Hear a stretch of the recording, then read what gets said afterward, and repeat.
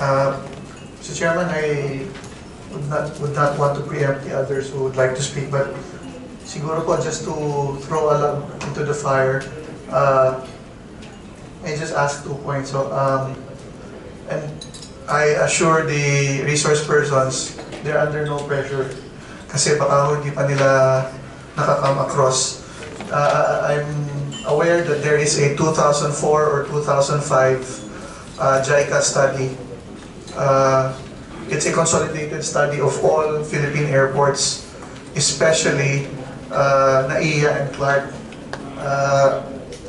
Without going into the specifics of the study, basically the contention of the JICA study is that in the years to come, we will be contending with airport congestion in NAIA, therefore forcing us to consider alternate airports.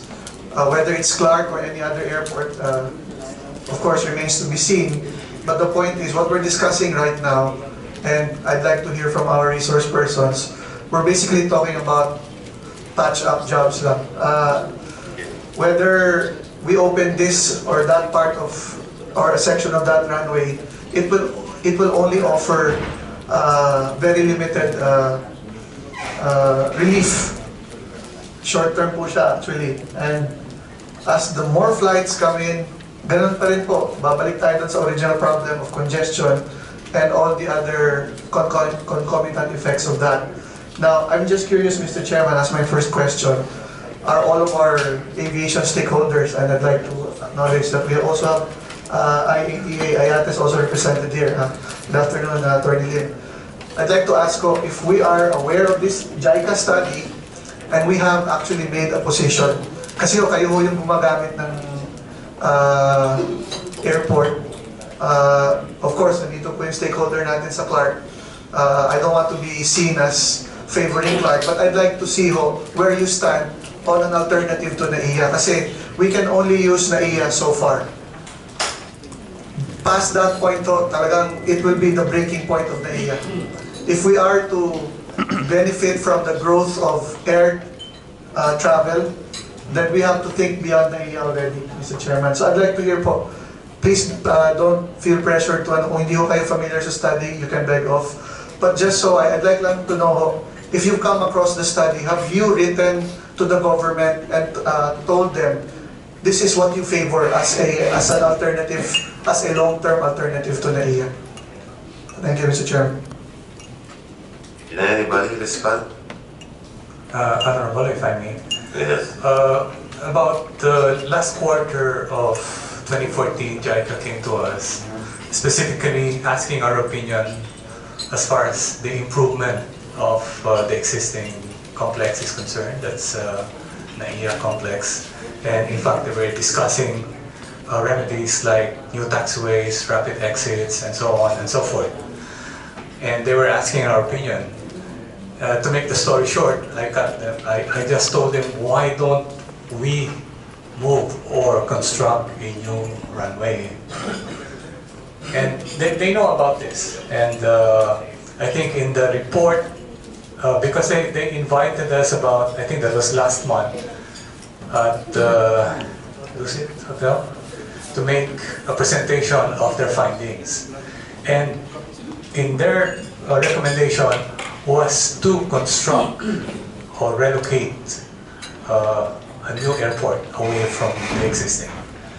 Because they are aware of the limitations, they are aware of the design of the runway, they are aware of the urbanization of the area, they are aware that our GDP growth is so much, and because of that, the growth in the aviation industry has rapidly grown. And they said it will take about 10 to 15 years and then we will double the air traffic.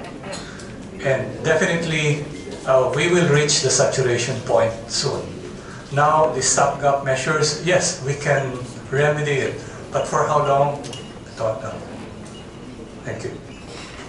Mr. Chairman, that was the point I was exactly making, and I thank PAL for engaging us along that point.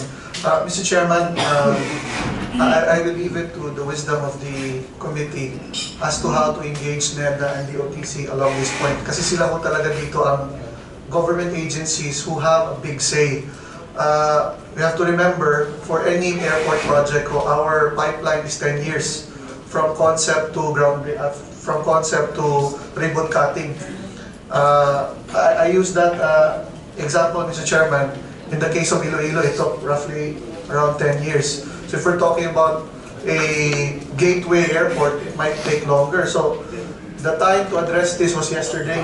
I don't know if the OTC and NEDA are hands-on on this.